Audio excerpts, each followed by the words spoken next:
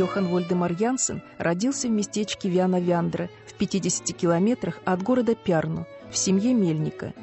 Отец рано умер, и семилетний сирота пас скот на соседних хуторах и в имении местного барона. А потом устроился на работу к пастору Вяндерской церкви, кучером. Пастор научил его немецкому языку, музыке и пению.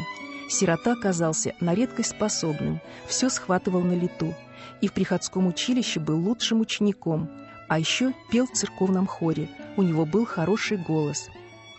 В 19 лет Йохан Вольдемар Янсен стал кантором при церкви, потом помощником пастора, кистером и позже учителем. Учителем он был хорошим, и в 1850 году его пригласили на работу в Пярну. Янсену в то время было 30 лет, он был уже женат и имел 4 детей.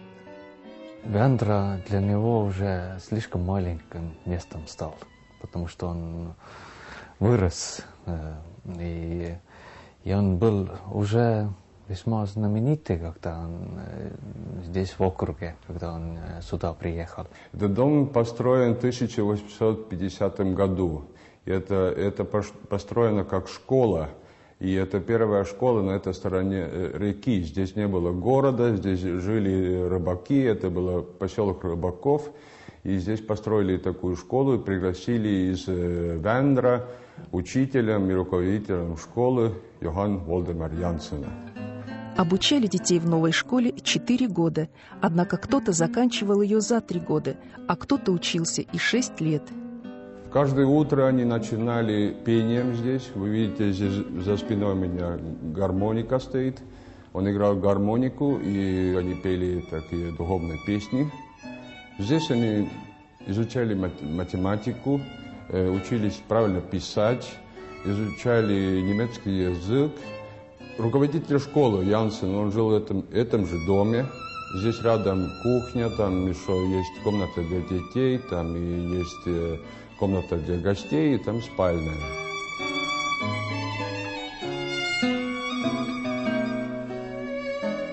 В 1857 году Янсен начинает издавать газету «Пярну Постимес», еженедельник «Пярнуский почтальон». Это была первая газета на эстонском языке, которая стала выходить регулярно.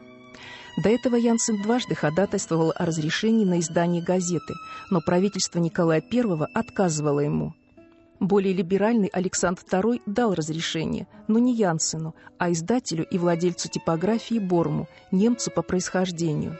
Янсен же стал редактором новой газеты и одновременно ее корреспондентом.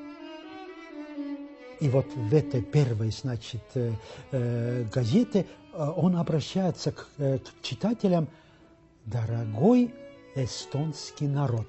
Дорогой эстонский народ. Потому что до этого эстонцы считали себя не эстонским народом, а маарафас, то есть народ земли.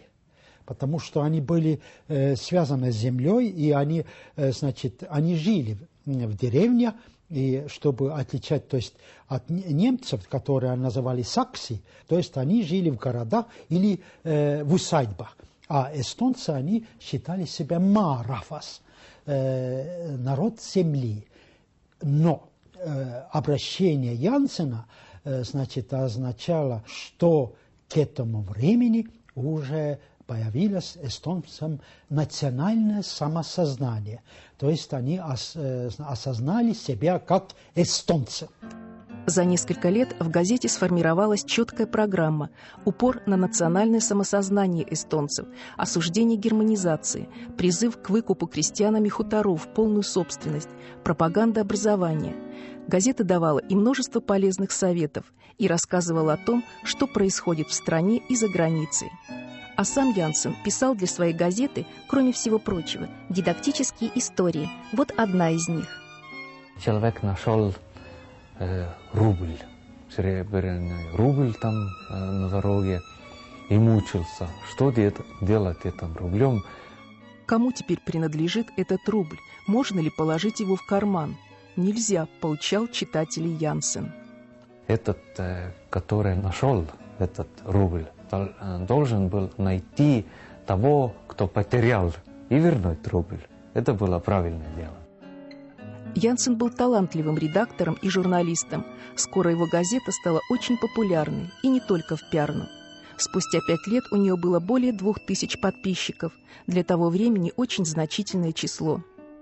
За свою работу Янсен получал деньги от типографии, официального издателя, 30 рублей в год. По тем временам это были большие деньги. Но ведь и семья у Янсена была не маленькая. 6 детей и больная жена. И денег постоянно не хватало. В его дневнике есть такая запись. Ты видишь, Бог, мою душу ты видишь, но почему ты не видишь, что у меня в кармане ничего нет? Когда же будет? Я бы тоже хочу жить хорошо, а почему так мне это не удается? Забот у учителя Янсена в то время было много. Он ведь еще исполнял обязанности кистера и пел в церковном немецком хоре. И ездил на немецкие певческие праздники в Ригу. Возможно, тогда и пришла ему в голову мысль, а почему бы не организовать такой же праздник на родине для эстонцев? Он любил вести дневник, но даже на это у него теперь не хватало времени. И если бы не помощь старшей дочери, Лидии, он не смог бы выпускать газету. 14-летняя девочка безропотно взяла на себя львиную долю работы, словно понимала, как важна их с отцом миссия. В Пярну Янсены прожили 13 лет. Возможно, и в этом городе Янсену стало тесно, как когда-то в Вяндре. Возможно, он искал хороших врачей для больной жены. И в 1863 году семья переехала в Тарту.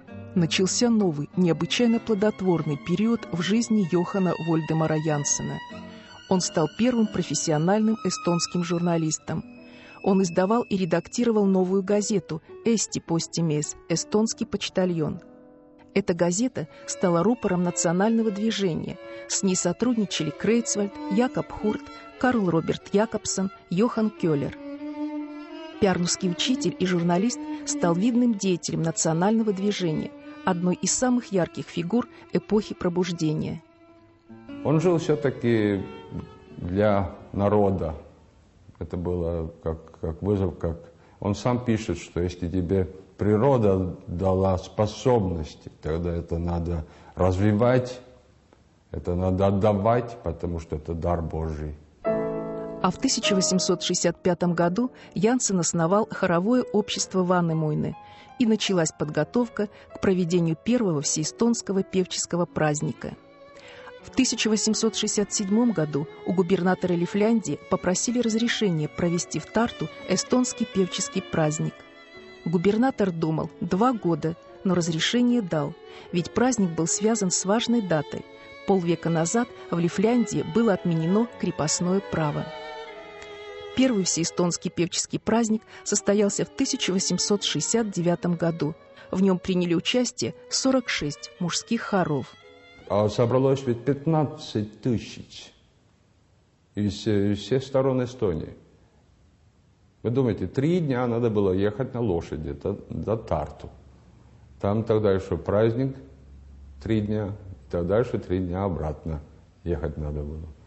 Ну, очень многие пришли даже пешком 100 километров, чтобы приехать в Тарту на первый певческий праздник. И в основном, конечно, на лошадях, потому что железная дорога еще не была готова, только планировали.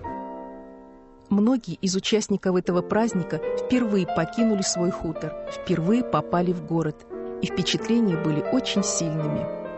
И вечером, когда это все кончилось, был фейерверк, были разные цветовые украшения разные. Они ничего не видели. В одном книге я читала, что один мужчина из маленького села приехал первый раз в жизни в город, и он думал, что он еще не умер, но попал уже в небо.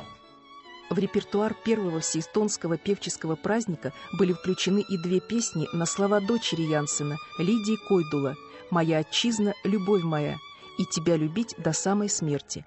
А начинался праздник с гимна Российской империи «Боже, царя храни». И на первом певческом празднике еще народ очень тепло принял одну песню финского композитора Paciusa, которому Янсен написал эстонские слова. И это называется песня «Mu isamaa, mu õnn ja rõõm». В наши дни мы знаем эту песню как гимн Эстонской республики. который гимном он стал только в 1920 году.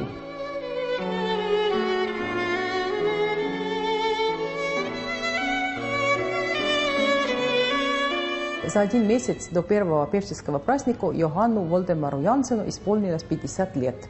И общество Ванемуйне уже в это время точно знало, что будет первый певческий праздник, и Янсен будет главным дирижером на это. И они решили на юбилей ему подарить серебряную дирижерскую палочку.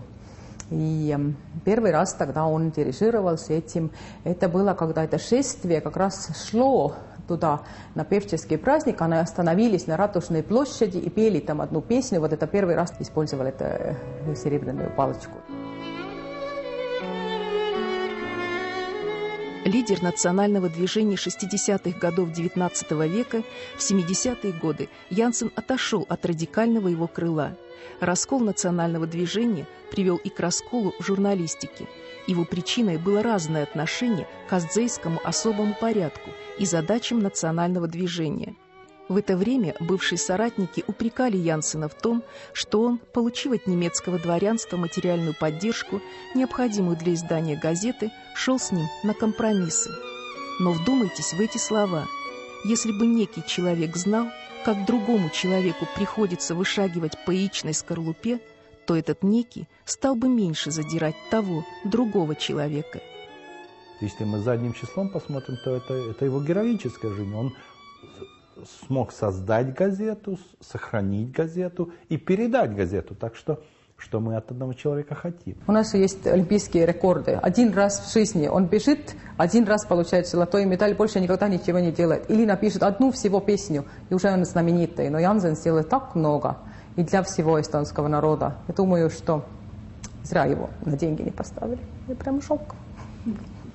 В 1880 году у него был инсульт, и он после этого не мог ни писать, ни говорить.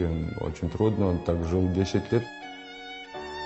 Умер эстонский просветитель и общественный деятель Йохан Вольдемар Янсен в июле 1890 года. Похоронили его на Тартусском кладбище Ради. Деньги на надгробный памятник собирали простые люди. Им разрешили собирать пожертвования только на территории Лифляндии. Они ходили из дома в дом и через несколько лет собрали, наконец, нужную сумму. Папа Янсен, так называют Янсена в народе. Он ведь отец эстонской журналистики, отец эстонских певческих праздников, отец эстонского государственного гимна и отец эстонской поэтессы Лидии Койдула.